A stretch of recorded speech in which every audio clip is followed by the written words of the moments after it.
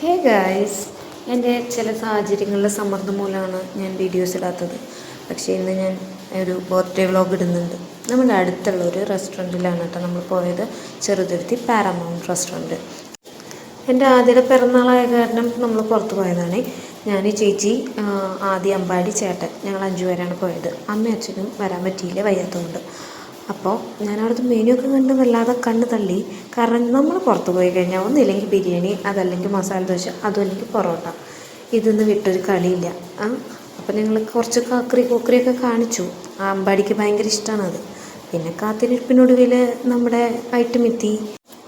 മന്തി വന്നു, പൊറോട്ട വന്നു, പനീർ ബട്ടർ മസാല വന്നു, ചിക്കൻ 65 വന്നു. ഈ ചിക്കൻ 65-ന് ഇങ്ങനെ പേര് വരാൻ എന്താ കാരണം എന്ന് എല്ലാവർക്കും അറിയാം.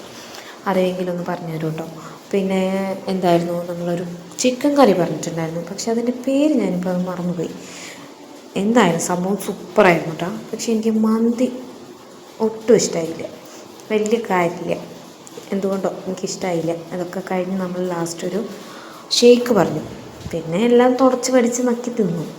അതിനിടയിൽ ഞാൻ എൻ്റെ പതിവ് തെറ്റിച്ചില്ല, ലിംക മേടിച്ച് കുടിച്ചു. ഇതെല്ലാം കഴിഞ്ഞ് നമ്മൾ പുറത്തേക്ക് ഇറങ്ങി.